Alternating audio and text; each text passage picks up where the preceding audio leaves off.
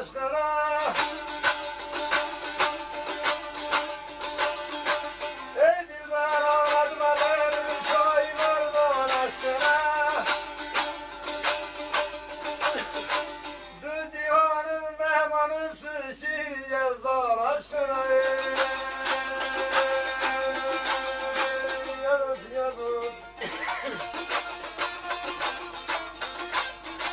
Şahsam Pirim Hüseyin gel bana meydan için. Ey bir lütfedip bağışla cürmümü Sübhan aşkına. Aman ya dost gülüm ya dost canım ya dost ya dost ya.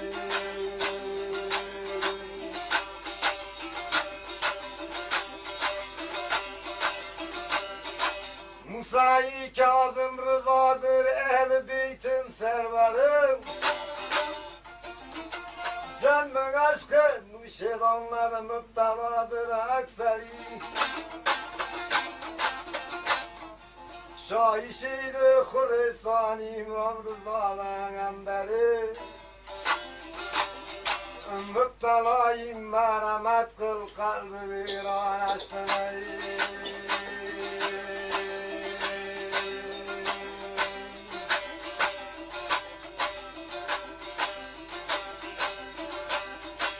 Sadıyla Rabbinin amına yandın İsa. Sadıyla Rabbinin amına yandın İsa. Arayıp kendin özünden bakırı buldun İsa. Ceddin evladım Muhammed Cafer'i gördün İsa. Yazız yazız. Rahme geli konlu zalimin Ali İmran aşkına. Rahme geli konlu zalimin Ali İmran aşkına.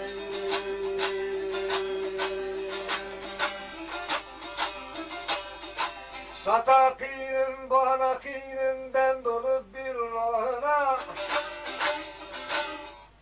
Sadıkana ve seravet ehl-i beyt ervahına.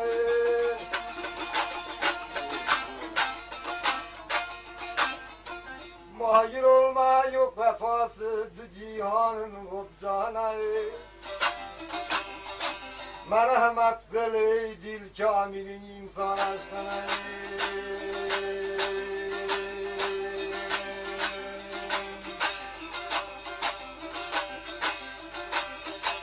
Ey virani çıkma yoldan doğru raha gel beri.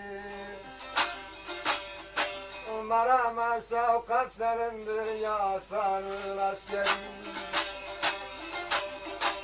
Avliyalar serferazi imamımız Kızıldeli. Sen ganisindir muradın neti devran